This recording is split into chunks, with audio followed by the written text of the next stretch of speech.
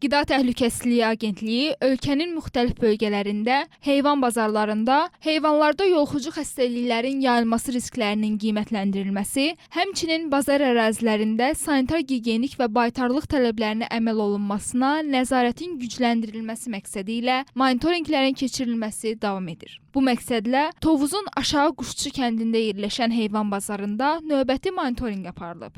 Monitorinqlər zamanı heyvanların sağlamlıq vəziyyəti, baytarlıq sənədlərinin mövcudluğu, eləcə də dezinfeksiya və digər profilaktik tədbirlərin icra vəziyyəti yoxlanılıb. Xəstə və ya xəstəlik əlamətləri müşahidə olunan heyvanların bazara gətirilməsinin qarşısı alınıb. Həmin heyvanlarla bağlı müvafiq tədbirlər görülüb. Aşkar edilən nöqsanlarla bağlı bazar sahiblərinə və satıcılara müvafiq tapşırıqlar verilib. Heyvan bazarlarındakı tələblərin yerinə yetirilməsinin vacibliyi bazar sahibinin diqqətinə çatdırılıb. Ümumdünya Heyvan Sağlamlığı Təşkilatının son dövrlərdə yaydığı rəsmi məlumata əsasən müxtəlif ölkələrdə heyvanlarda təhlükəli yoluxucu xəstəliklərin geniş yayılması müşahidə edilmişdir. Bu xəstəliklərin epizodik riski region ölkələrlə yanaşı Azərbaycan Respublikası üçün də əhəmiyyətli dərəcədə risk yaradır. Hal-hazırda bizim olduğumuz Tovuz rayonunda yerləşən heyvan satışı bazarında da gördüyünüz kimi mövcud vəziyyət heyvan bazarlarına dair baytarlıq sanitariya norma və qaydalarına uyğun təşkil edilməmişdir.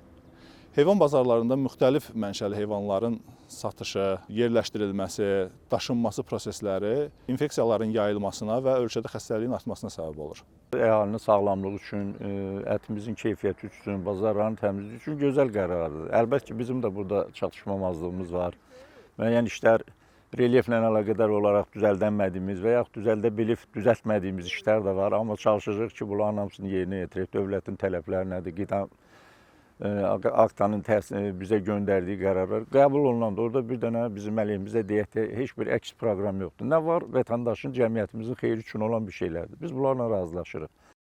Qeyd edək ki, ölkə ərazisində fəaliyyət göstərən heyvan bazarlarında 2025-ci ilin 25 oktyabr tarixindən etibarən sağlamlaşdırma tədbirlərinin görülməsi üçün mərhələli şəkildə müvafiq məhdudiyyətlər tətbiq olunacaq.